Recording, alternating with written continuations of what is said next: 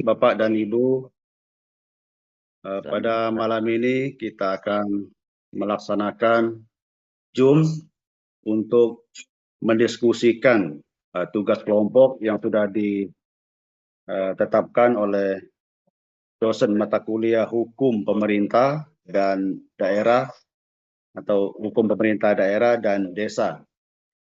Jadi pada malam ini kita akan membahas materi secara khusus itu tentang fungsi daripada otonomi daerah. Jadi susunan Zoom kita pada saat ini, salam dari moderator. Yang kedua, saya akan memperkenalkan narasumber yang akan menyampaikan materi pada malam ini. Kemudian pemaparan langsung dari narasumber tentang materi yang sudah disiapkan. Kemudian sesi tanya jawab setelah pemaparan materi. Setelah itu kalau bisa kami simpulkan, mungkin akan kami sampaikan kesimpulan apa yang jadi hasil daripada diskusi kita pada malam ini. Setelah itu acara selesai. Mungkin demikian bayangan daripada Zoom kita pada malam ini. Jadi, untuk Bapak Ibu ketahui, saya akan memperkenalkan narasumber kita pada malam ini, yaitu Pak Camat Kayen Selatan. Oke, nggak usah bilang Pak Nama Camat. Bapak Henry Lencong, SPD MH. Jadi dia nanti yang akan memaparkan materi diskusi kita pada malam ini. Mungkin demikian perkenalan singkat saya sampaikan atas mengenai narasumber ini. Mungkin acara berikut lanjutannya saya akan memberikan kesempatan kepada narasumber untuk menyampaikan materi diskusi pada malam ini. Di waktu dan kesempatan ini saya silakan untuk memaparkan materi. Izin dulu moderator, kelompoknya disebut kelompoknya kelompok berapa? Oh, ini kelompok 1. Ada 11 orang, yaitu atas nama Tinus Laing, Jalung, Ajan, Hendro, Sophia, Merang Dian, Panus Idem, Yohanes Bit, Gonbit, Epriadi Tingai, Jones Andreas. Ini 11 orang kelompok 1.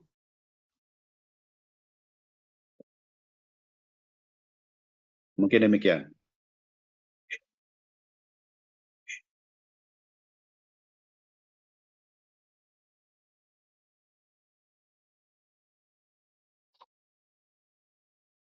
Lanjut. Jadi lanjut Pak Henry untuk pemaparan.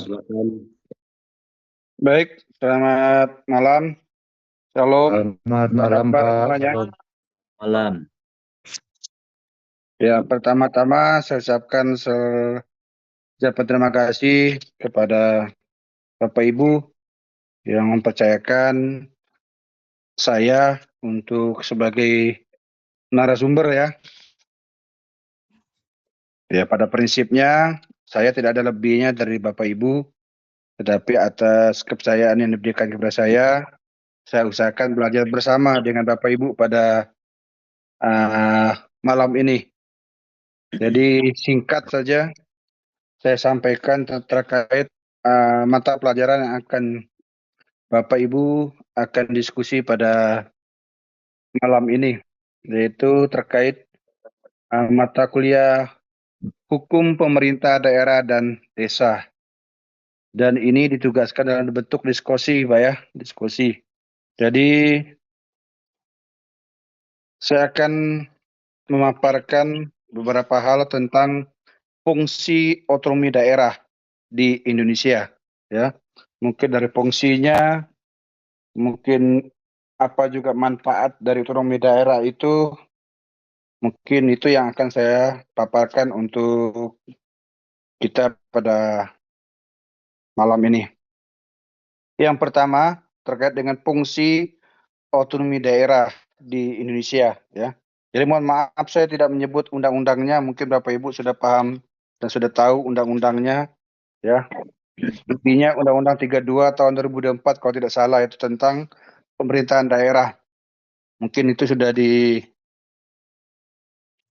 semua saudara teman-teman. Jadi fungsi otonomi daerah di Indonesia memiliki beberapa fungsi penting dalam sistem pemerintahan di Indonesia. Ya, fungsi pertama ini bertujuan untuk meningkatkan efisiensi dan efektivitas penyelenggaraan pemerintahan serta mendetikkan pelayanan kepada masyarakat. Berikut yang pertama adalah fungsi-fungsi otonomi daerah. Pertama, peningkatan pelayanan publik. Yang kedua, pemberdayaan masyarakat. Yang ketiga, peningkatan daya saing daerah. Yang keempat, desentralisasi kewenangan. Yang kelima, pengembangan demokrasi lokal. Dan yang keenam, pemeliharaan hubungan yang harmonis antara pusat dan daerah. Kalau di bidang peningkatan pelayanan publik ataupun fungsi pelayanan, yang tujuan utamanya adalah memberikan pelayanan yang lebih cepat, tepat, dan terjangkau kepada masyarakat di daerah.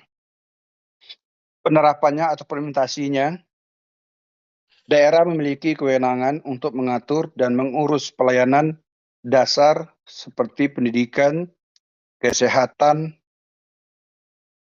infrastruktur, dan layanan publik. Lain sesuai dengan kebutuhan dan karakteristik lokal. Dengan demikian, birokrasi diharapkan menjadi lebih responsif dan terhadap aspirasi masyarakat. Kemudian pemberdayaan masyarakat ataupun fungsi pemberdayaan ini tujuan utamanya adalah mendorong partisipasi aktif masyarakat dalam proses pengambilan keputusan dan pengembangan daerah. Kalau untuk implementasinya, yaitu melalui otonomi daerah, masyarakat memiliki ruang yang lebih besar untuk menyalurkan aspirasi dan mengawasi jalannya pemerintahan dan keterlibatan dalam perencanaan serta pelaksanaan program pembangunan. Hal ini diharapkan dapat menumbuhkan kemandirian dan kreativitas masyarakat. Yang berikut tentang peningkatan daya saing daerah ataupun fungsi pembangunan. Tujuan utama adalah mengembangkan potensi otonomi daerah dan meningkatkan kesejahteraan masyarakat. Kemudian untuk implementasinya, daerah diberi kewenangan untuk mengelola sumber daya alam dan sumber daya ekonomi lainnya secara optimal. Dengan kebijakan yang tepat, daerah dapat menciptakan iklim investasi yang kondusif, mengembangkan sektor unggulan, dan pada akhirnya meningkatkan pendapatan asli daerah atau disebut dengan PAD, serta taraf hidup masyarakat. Untuk desentralisasi kewenangan ataupun fungsi pengaturan dan pengurusan, tujuan utama ini adalah mendistribusikan kewenangan dari pemerintah pusat kepada pemerintah daerah agar pengambilan keputusan lebih sesuai dengan kondisi lokal.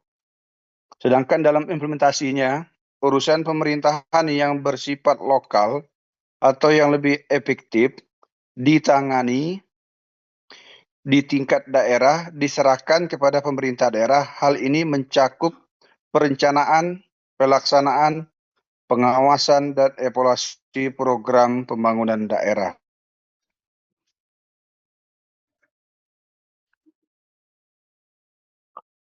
Untuk pembangunan demokrasi lokal, tujuan utama adalah memperkuat sendi-sendi demokrasi di tingkat lokal. Sedangkan implementasi otonomi daerah memungkinkan pemilihan yang baik, mempercepat terwujudnya kesejahteraan masyarakat melalui peningkatan pelayanan, pemberdayaan, dan peran serta masyarakat, serta meningkatkan daya saing daerah dengan memperhatikan prinsip demokrasi pemerataan, keadilan, dan keabsahan suatu daerah dalam sistem NKRI.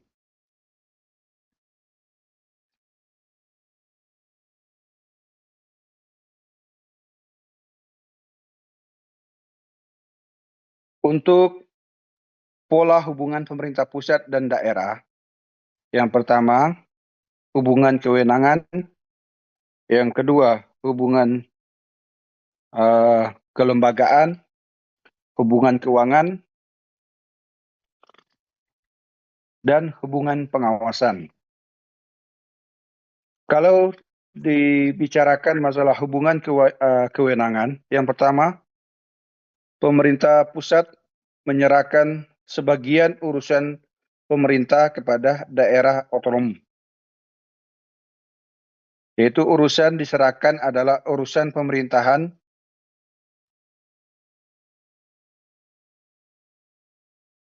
dibagi antara pemerintah pusat dan daerah, provinsi, dan daerah kabupaten kota. Yang berikut adalah terdapat urusan pemerintah absolut yang sepenuhnya menjadi kewenangan pemerintah pusat, meliputi yang pertama, yaitu politik luar negeri,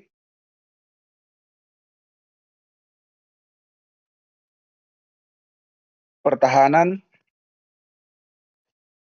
keamanan, dan fiskal nasional serta agama.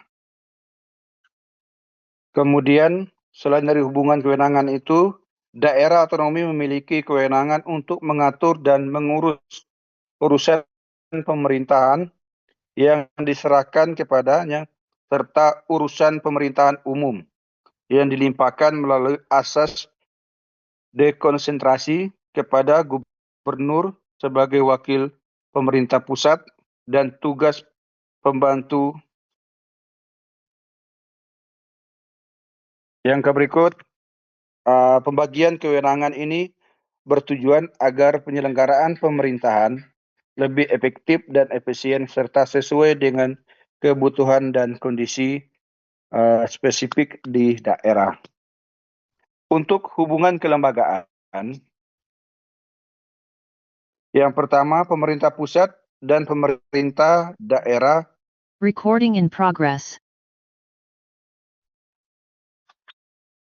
memiliki lembaga-lembaga pemerintahan masing-masing. Di tingkat pusat terdapat presiden, kementerian, dan lembaga pemerintah non-kementerian. Sedangkan di tingkat daerah terdapat kepala daerah, gubernur, bupati, wali kota, Recording stopped. DPRD. Untuk hubungan kelembagaan yang bersifat hierarkis dan konsultatif, pemerintah pusat memiliki peran pembinaan dan pengawasan terhadap penyelenggaraan pemerintahan daerah. Gubernur selain sebagai kepala daerah otonom provinsi, juga berkedudukan sebagai wakil pemerintah pusat di daerah. Dalam kapasitas ini, gubernur melakukan koordinasi, pembinaan, dan pengawasan terhadap penyelenggaraan urusan pemerintahan di kabupaten kota. Dari hubungan kelembagaan ini juga terdapat DPRD yang memiliki fungsi legislasi, anggaran, dan pengawasan terhadap jalannya pemerintahan daerah serta menyerapkan aspirasi masyarakat. Dari pola hubungan pemerintah pusat dan daerah otonomi, hubungan keuangan juga bertujuan adalah pemerintah daerah memiliki sumber-sumber pendapatan yang sah untuk biaya penyelenggaraan pemerintahannya yang utama adalah pendapatan asli daerah atau yang disebut dengan PAD, dana perimbangan dan lain-lain pendapatan daerah yang sah. Dana perimbangan berasal dari APBN yang dialokasikan kepada daerah untuk mendanai kebutuhan daerah dalam rangka pelaksanaan desentralisasi, terdiri dari dana bagi hasil, dana alokasi Recording umum, in progress. dan dana alokasi khusus. Kemudian, hubungan keuangan antara pusat dan daerah bertujuan untuk mengurangi kesenjangan fiskal, meningkatkan kemampuan daerah dalam penyediaan pelayanan publik.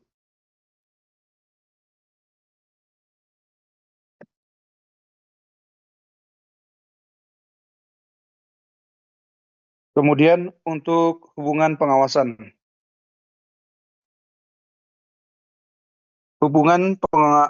Pengawasan,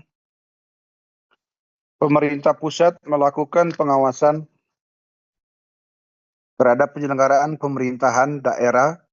Pengawasan ini bertujuan untuk menjamin bahwa pemerintahan daerah berjalan sesuai dengan peraturan perundang-undangan, kebijakan nasional, dan standar pelayanan minimal. Yang berikut adalah pengawasan dapat bersifat preventif atau sebelum kebijakan ditetapkan, maupun represif atau setelah kebijakan ditetapkan atau dilaksanakan. Pengawasan dilakukan terhadap kinerja pemerintah daerah, pengelolaan keuangan daerah, serta pelaksanaan urusan pemerintahan yang menjadi kewenangan daerah. Lembaga yang terlibat di dalam pengawasan antara lain, yang pertama Kementerian Dalam Negeri, Kementerian Keuangan, Badan Pengawasan Keuangan dan Pembangunan, serta inspektorat di tingkat provinsi dan kabupaten kota, yang juga memiliki fungsi pengawasan terhadap pemerintahan daerah. Tujuan utama pengawasan ini adalah mewujudkan tata kelola pemerintahan yang baik dan bersih di daerah. Oleh karena itu, pola hubungan ini terus berkembang secara dinamis seiring dengan perubahan regulasi dan tantangan pembangunan, dengan tujuan utama adalah untuk meningkatkan kesejahteraan masyarakat di seluruh wilayah Indonesia dalam bingkai negara kesatuan Republik Indonesia. Mungkin ini yang bisa saya paparkan untuk Bapak Ibu yang berdiskusi pada malam ini. Sekali lagi saya ucapkan selamat malam. Terima kasih atas kepercayaan Bapak Ibu menunjuk saya sebagai narasumber, dan saya tidak ada lebihnya dari Bapak Ibu yang berdiskusi pada malam ini.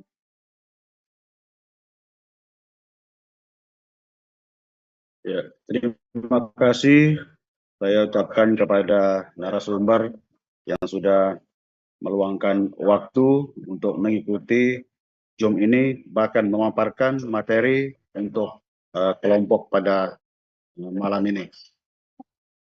Jadi berikut kita masuk sesi tanya jawab. Jadi silakan kepada Pak Martinus Bid untuk bertanya karena sudah mengangkat tangan. Jadi persilakan. Ya, terima kasih Pak Moderator. Yang saya hormati narasumber kita yang itu sudah menjadi seniornya kita, yang saya hormati kelompok 1 yang telah mengundang kami juga dalam rangka untuk mengikuti kegiatan ini. Nah, dari pemaparan yang telah disampaikan oleh narasumber tadi, kalau kita lihat daripada hubungan antara pemerintah pusat dengan pemerintah daerah secara global atau secara garis besar itu sudah baik. Namun ada satu hal yang menjadi pertanyaan bagi kita semua mungkin, terutama saya, yaitu tentang kewenangan-kewenangan yang diberikan oleh pusat kepada pemerintah daerah. Nah, dari pemerintah pengelolaan administrasi pendidikan yaitu tingkat SLTA. Nah, kalau kita lihat kan dari pusat itu sudah memberi wewenang kepada pemerintah daerah, yaitu termasuk adalah pendidikan. Tapi kalau kita lihat di pelaksanaan di daerah sendiri, ya termasuk dari provinsi kepada kabupaten, wewenang untuk pengelolaan SLTA itu kalau kita lihat itu tidak diberikan kepada kabupaten. Nah, sehingga teman-teman kita yang khususnya guru yang mengajar di SMA, ya kayaknya tidak bisa berhubungan langsung ke kabupaten, dia harus ke provinsi. Nah, kenapa hal itu bisa terjadi? Apakah ada regulasi yang akan membuat peluang bagi kita agar kewenangan daripada SMA, SLTA itu bisa diberikan kepada provinsi atau kepada kabupaten, mohon maaf. Nah, kalau itu bisa dikasih ke kabupaten, saya pikir kabupaten tidak mengalami kesulitan. Karena di mana-mana kalau kita lihat kan SLTA ini kan semuanya ada di kabupaten-kabupaten. Nah, tetapi untuk mengurus dan uh, urusan administrasinya selalu lari ke provinsi. Sehingga apalah fungsinya kabupaten itu dengan SLTA yang ada. Nah itu, kalau bisa saya minta kelompok 1 bisa menjelaskan dan dibantu oleh narasumber. Mungkin itu aja pertanyaan dan penjelasan dari saya. Terima kasih. Ya, baik. Terima kasih atas pertanyaan dari Pak Martinus yang ditujukan kepada anggota kelompok 1. Jadi saya akan memberikan kesempatan kepada anggota kelompok 1 untuk menjawab pertanyaan daripada Pak Martinus Bid, dan seandainya belum lengkap nanti saya minta dengan hormat juga supaya narasumber bisa menambahkan penjelasan mengenai pertanyaan ini. Jadi silakan salah satu atau beberapa orang nanti yang bisa menjawab dari pertanyaan Pak Martinus. Jadi silakan dijawab. Saya berikan kesempatan.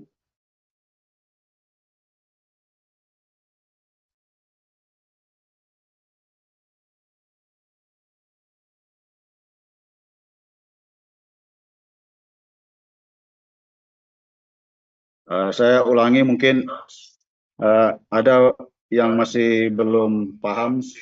Jadi inti dari pertanyaan dari Pak Martinus tadi, bagaimana regulasi urusan pendidikan SMA ini, karena dia ditangani oleh provinsi, sementara lokasi sekolah-sekolah SMA ini ada di kabupaten, sehingga kelihatan menyulitkan urusan administrasi sekolah karena ditangani oleh provinsi. Nah, apakah ada jalan keluarnya atau apakah ada pertimbangan lain sehingga bisa diserahkan ke kabupaten kembali urusan pendidikan yang ada di yang tingkat SMA seperti SMP dan nah, mungkin demikian penyampaian saya. Silakan.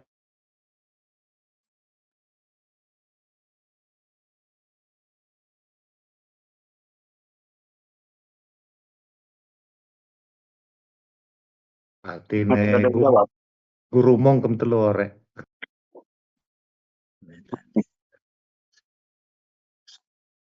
Silakan dijawab, Bapak Ibu.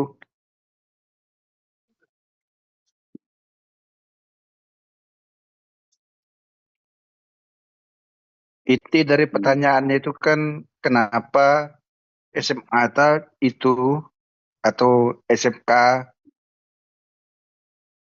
yang seharusnya ada di kabupaten nangani tapi ditangani oleh provinsi. Akibat daripada itu SMA itu kesulitan untuk pengurusan administrasi karena berada di daerah kabupaten. Kan itu pertanyaan anunya, bahasa lokalnya. Silakan dijawab.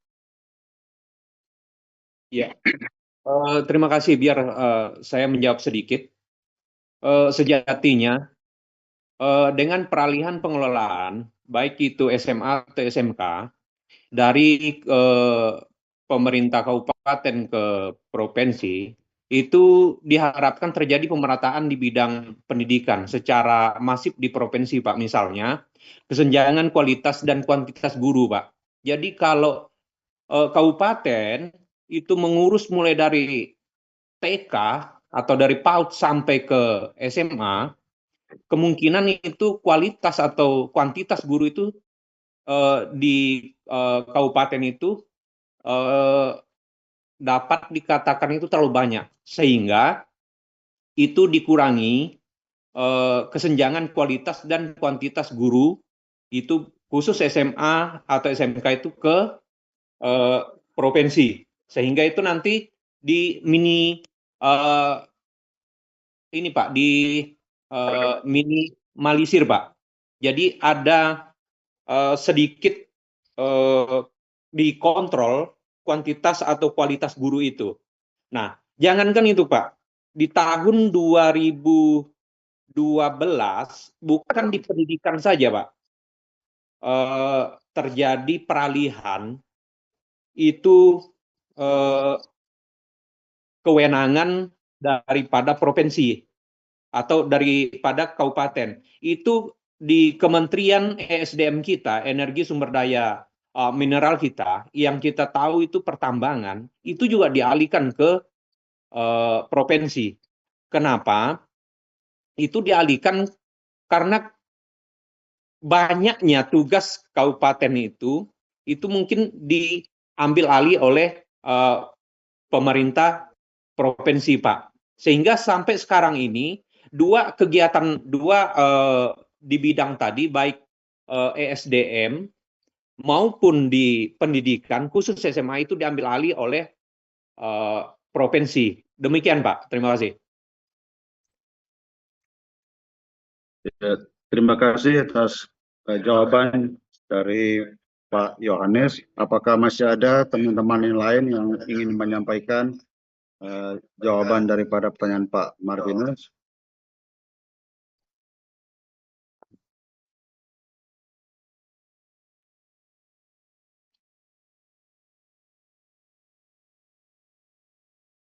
Mungkin sudah tidak ada, mungkin sudah terasa ini sudah cukup jelas jawaban daripada Pak Yohanes. Nah, kemudian apakah mungkin ada dari Pak narasumber yang ingin ditambahkan? Kalau ada, saya silakan. Baik, terima kasih yang kesempatan ini. Pertanyaannya, kenapa provinsi yang menangani SLTA ya, sementara SLTA ini banyak di daerah ya, gitu Pak Pak Bit ya. Ya, betul. Ya, yang pertama seperti yang disampaikan oleh Pak Yohanes, ya ada betul juga. Tetapi secara aturan undang-undang yang mengatur tentang itu saya kurang tahu paham secara detailnya. Tapi saya melihat dengan adanya pembagian wilayah, terutama menangani masalah pendidikan. Yang pertama saya bicara masalah keunggulannya dulu, kelemahannya dan keunggulan. Yang pertama, dulunya SMA, SMP, sampai ke SD ditangani oleh kabupaten bekerjasama dengan provinsi. Itu sepengetahuan saya dulu ya. Gitu. Dan saya melihat hasil daripada itu cukup baik bagi saya untuk hasilnya. Nah, sekarang SMA ditangani oleh provinsi. Nah, kelemahan yang saya lihat di situ, karena di daerah saya, di daerah perbatasan, di tempat saya tugas seperti ini, ya contoh saja, kalau SMA ini mengusulkan pembangunan, karena SMA ini sudah jadi asetnya provinsi, sementara dia tidak ada lagi masuk di asetnya kabupaten. kesulitan yang pertama mereka hadapi adalah mengusulkan pembangunan yang harusnya berdasarkan mengusulkan pembangunan itu harus melalui musren tingkat RT provinsi. Karena SMA ini sudah keluar dari tanggung jawab kabupaten, akhirnya kesulitan utama mereka adalah mengusulkan kebutuhan mereka di sekolah. Itu yang saya lihat. Dengan adanya penanganan SMA ini ditangani oleh provinsi. Kalau seperti sebelumnya, itu ada kerjasama. Ya memang tujuannya seperti yang disampaikan oleh Pak Yohanes itu adalah supaya memeratakan pembangunan atau meratakan SDM masyarakat kita. Tapi pada prinsipnya justru kesulitan membuat kita yang di sekolah itu lebih kesulitan. Itu dari penilaian saya melihat setelah ada pembagian kewenangan masalah pendidikan. Mungkin itu penambahan dan penjelasan dari saya. Jika dia kurang, ya mohon maaf, itulah kemampuan saya. Silakan, Pak Moderator. Izin Pak Moderator, kira-kira adakah ruang atau peluang regulasi yang bisa kita pakai untuk menarik kembali SMA itu dikelola oleh kabupaten? Kira-kira adakah regulasinya ya? Kalau saya menilai secara umum, gambar umum saja, sebenarnya provinsi ini sebagai terminal. Sebagai terminal penghubung antara pusat dengan daerah. Provinsi ini sebenarnya tidak punya wilayah. Provinsi ini tidak punya wilayah sebenarnya. Cuma provinsi ini terlalu gengsi yang harusnya semua dana yang mereka kelola dari pusat itu dilimpahkan ke kabupaten. Karena kabupaten ini yang paham betul dan yang kabupaten ini yang punya wilayah. Jadi kalau bisa tidak kita berubahnya ke depannya tergantung dari undang-undang yang akan mengatur dan daerah. Itu sih menurut saya dari apa yang saya lihat tugas utama dari seorang pemerintahan di tingkat provinsi itu sebagai penghubung antara pusat dengan daerah. Jadi boleh saya katakan bahwa provinsi sebagai terminal itu.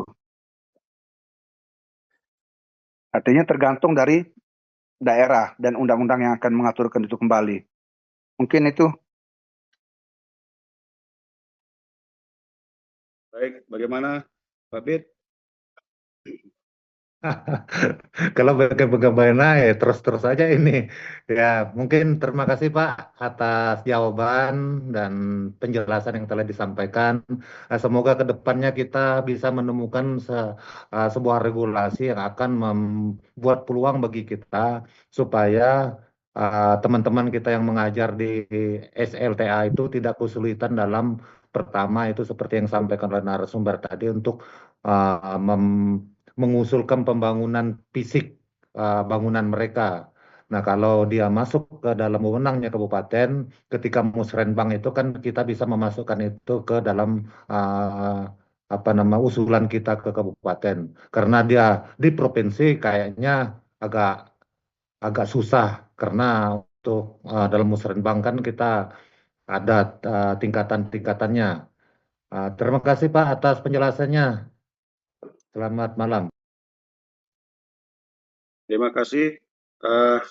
Saya akan menambahkan Pak Bit mengenai regulasi bagaimana undang-undang yang mengatur tentang pengalihan kewenangan SMA ke provinsi. Jadi kalau kita lihat secara hukum memang ini sudah dibenarkan oleh undang-undang bahwa Undang-Undang Nomor 23 Tahun 2001 itu yang mengatur pengalihan kewenangan pendidikan SMA ini ke provinsi supaya undang-undang ini menetapkan bahwa pengelolaan pendidikan menengah termasuk SMA, SMK itu menjadi tanggung jawab pemerintah provinsi. Sedangkan pemerintah kabupaten kota fokus mengelola pendidikan dasar dan pendidikan pertama.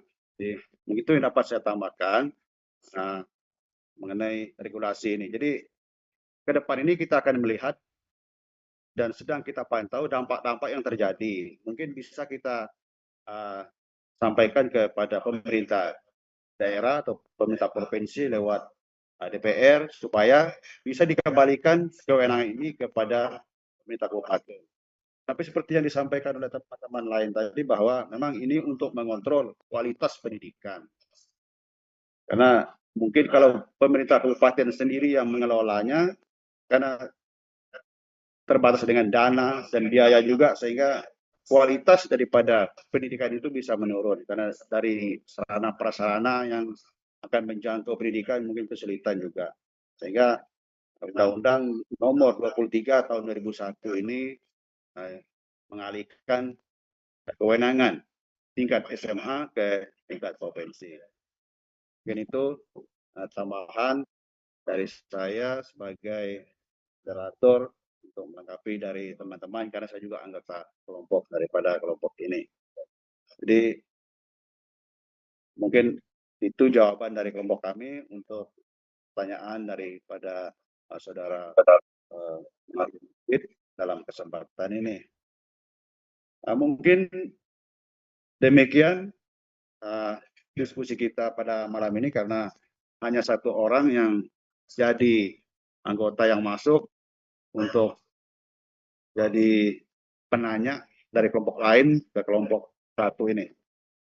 Dan akhir daripada pertemuan ini saya ucapkan terima kasih kepada narasumber yang sudah rela mengikuti diskusi kami pada malam ini. Ini sangat berarti sekali bagi kami dan ini suatu penghormatan yang luar biasa bisa mengikuti kegiatan kami pada malam ini. Jadi hanya kami bisa ucapkan terima kasih atas kesetiaan dan kerelaannya dalam mengikuti kegiatan ini. Mungkin demikian yang dapat saya sampaikan. Jadi akhir kata saya ucapkan selamat malam, terima kasih dan Tuhan memberkati. Ya, terima kasih. Malam dan terima kasih. Salam.